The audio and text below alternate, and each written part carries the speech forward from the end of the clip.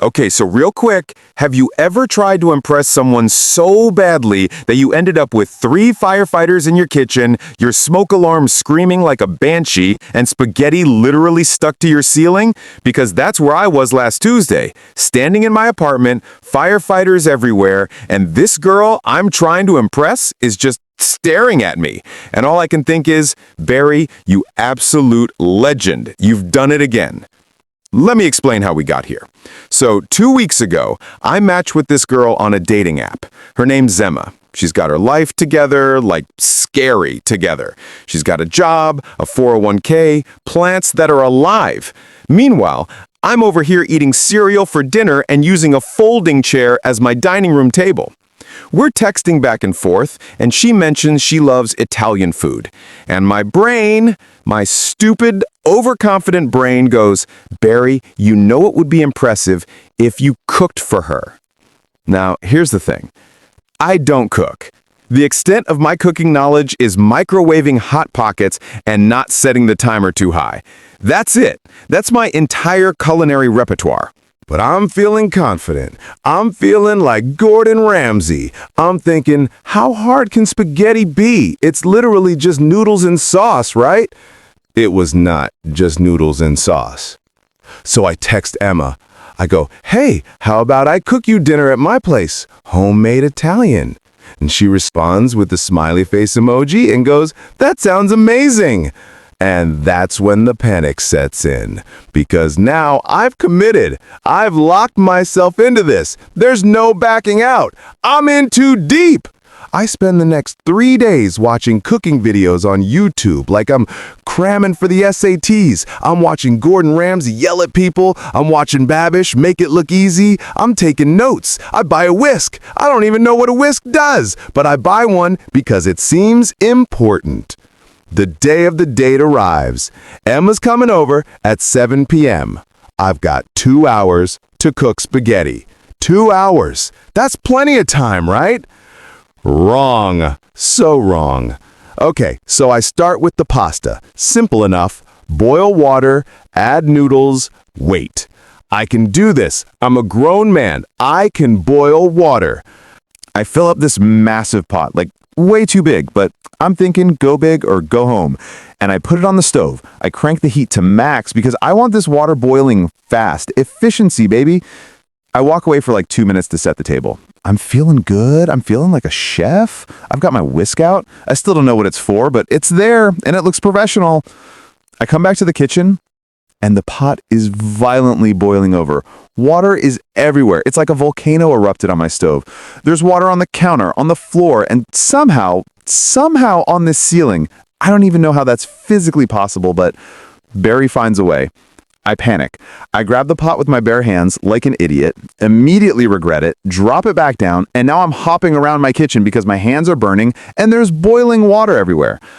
I finally get it under control. I turn the heat down. I add the noodles. Crisis averted, right? Nope, because I added the entire box of spaghetti. I didn't read the serving size, I just dumped it all in. So now I've got enough pasta to feed a small Italian village. There are noodles everywhere. The pot can't even contain them. They're expanding like they're trying to escape. But I'm committed. I'm not giving up. I drain the noodles, most of them, and I move on to the sauce. Now the sauce.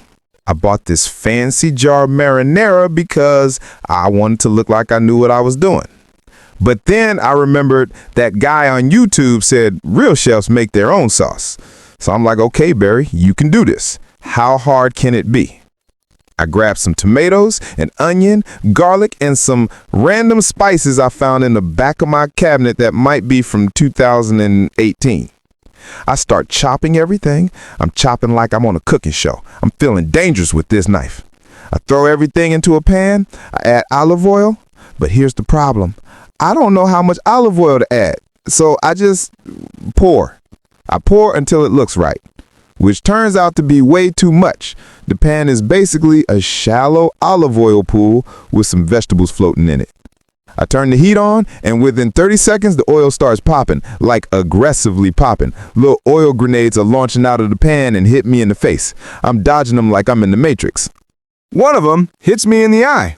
I stumble backward, I knock over the container of garlic powder. It goes everywhere. My kitchen now smells like an Italian restaurant had a fight with the Bath & Body Works. And then, because of course, I accidentally hit the pan with my elbow and knock it slightly off the burner. The oil spills onto the stove, and then it catches fire. Not like a little flame, like a full, oh dang, is this how I go out kind of fire. I'm standing there, frozen, watching my stove become a barbecue pit, and my brain is just screaming, "Do something, Barry!" So I do what any rational person would do. I grab a cup of water and throw it on the fire. Spoiler alert, do not throw water on an oil fire. The fire gets bigger, like way bigger. Now there are flames shooting up, and I'm pretty sure I just made it worse. The smoke alarm starts going off. It's so loud, I can't even think. My ears are ringing. The whole apartment smells like burnt garlic and regret. I'm running around trying to find the fire extinguisher that I definitely don't own. I'm opening cabinets like it's gonna magically appear, and then I remember I don't have a fire extinguisher because I'm Barry and I don't think ahead. So I do the next logical thing. I grab a lid and slam it on the pan to cut off the oxygen. The fire goes out. Finally.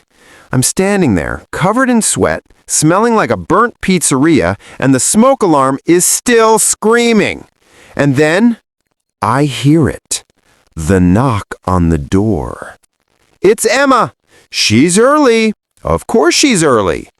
I open the door, and she's standing there, all cute and put together, and she goes, "Hey, something smells smoky?"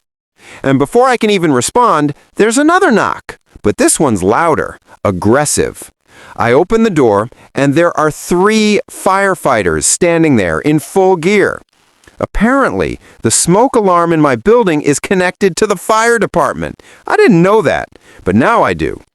One of the firefighters looks at me and goes, "Sir, are you okay? We got a report of a fire." And I'm just standing there like, define okay. They come in, they check the kitchen, they see the carnage, the burnt pan, the water on the floor. The spaghetti on the ceiling? Yeah, I still don't know how that happened. And Emma's just standing in the doorway, watching this entire disaster unfold. One of the firefighters looks at the stove and goes, "Were you trying to cook?" And I'm like, trying is the key word here. Yeah. So the firefighters do their thing. They make sure everything's safe. They give me a very long lecture about fire safety and proper oil disposal. One of them looks at the spaghetti on the ceiling and just shakes his head. No words, just disappointment. They leave.